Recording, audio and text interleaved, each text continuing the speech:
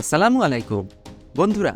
কেন man city এই মুহূর্তে বিশ্বের সেরা দুটি ক্লাবের একটি তা আরেকবার প্রমাণ করলেন গুরু পেপ গার্দিওলা। চ্যাম্পিয়ন্স লিগ খেলা দলের 6 জনকে বসিয়ে রেখে দল সাজালেন। মুহুর্মুহু আক্রমণে শেফিল্ড ইউনাইটেডের ডিফেন্স ব্রেক করল রিয়াদ মাহরেজের দল। বলছি গতকাল হয়ে যাওয়া এফএ কাপের সেমিফাইনালের কথা। আর্লিং হাল্যান্ড মাঠে ছিলেন, কিন্তু স্কোর কার্ড বলবে মিথ্যা কথা। একাই পুরো ম্যাচ খেললেন, দলকে খেলালেন রিয়াদ মাহরেজ, করে বসলেন হ্যাটট্রিক। পুরো ম্যাচ অ্যানালাইসিস করতে গেলে ফিরে যেতে হবে লা লিগায়, কারণ আমি একজন লা লিগা ফ্যান। আরও স্পেসিফিক্যালি বলতে গেলে আমি বার্সা ফ্যান। নিশ্চয়ই হাস্যকর লাগছে তাই না? এফএ কাপের ম্যাচ রিপোর্টের সাথে লা লিগার কেমিস্ট্রি কিভাবে আসে?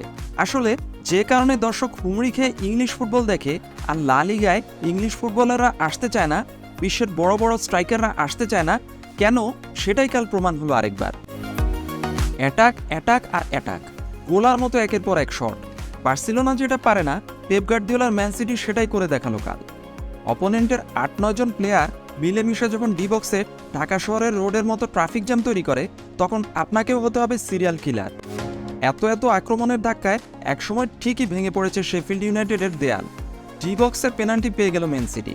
কেন যেন আর্লিং হাল্যান্ড দয়া করে রিয়াদ মাহরেজকে সুযোগ করে দিল। তখনও কি কেউ জানতো আজকের দিনটাই রিয়াদ মাহরেজের? পেনাল্টি থেকে গোল করলেন রিয়াদ মাহরেজ।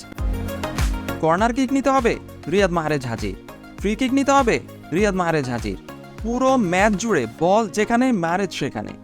এই যে খুনে মানসিকতা, ইম্প্যাক্ট ক্রিয়েট করার ইন্টেন্ট, সেটা বার্সায় মেসি চলে যাবার পরে আর কারো মধ্যে কি খুঁজে পাচ্ছি আমরা? পাচ্ছি না।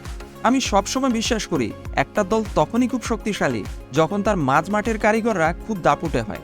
ম্যান সিটিতে পেপ সেটাই করে দেখাচ্ছে। প্রায় দ্বিতীয় সারির দল মাঠে নামিয়ে নাস্তানাবুদ করে ছাড়লেন শেফিল্ড ইউনাইটেডকে। এতক্ষণ আসলে মূল আকর্ষণটাই বাদ পড়ে গেছে। বলছি রিয়াদ মাহরেজের দ্বিতীয় গোলের কথা। একদম সেন্টার লাইনে বল পেলেন, সামনে শেফিল্ড ইউনাইটেডের 2 জন প্লেয়ার, আর ডানে বামে উইংয়ে ছুটে যাচ্ছেন ম্যান সিটির 2 জন প্লেয়ার। কিন্তু রিয়াদ মাহরেজ ছুটলেন একদম সোজাসুজি, পৌঁছে গেলেন ডি বক্সের কাছাকাছি। এবার শেফিল্ডের 4 জন প্লেয়ার তাকে ঘিরে ধরলেন, কিন্তু কেউ চার্জ করলেন না, ট্যাকেল করলেন না। যেন সবাই এক জাদুমন্ত্রে বাধা পড়েছিলেন।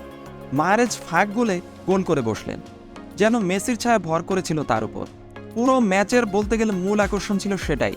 আপনি 2 যুগ ধরে একাধারে মেসির মতো কখনোই খেলতে পারবেন না, কিন্তু মাঝে মাঝে মেসির মতো ঝলক তো অবশ্যই দেখাতে পারেন।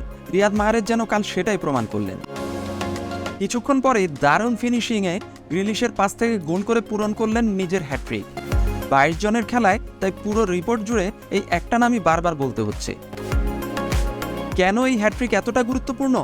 ইংলিশ লিগে তো হরহামেশাই হ্যাট্রিক হচ্ছে, কারণ 1958 সাল মানে ঠিক 65 বছর পর এফএ কাপ দেখলো সেমিফাইনালে একটা নতুন হ্যাট্রিক।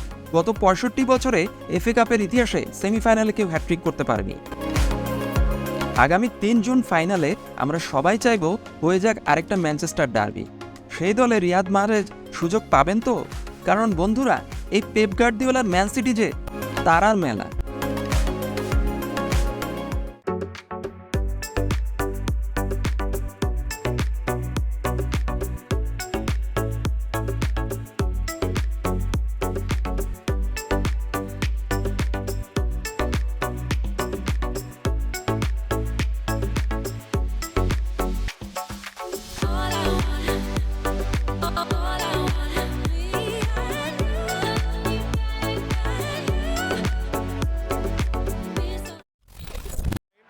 Messi.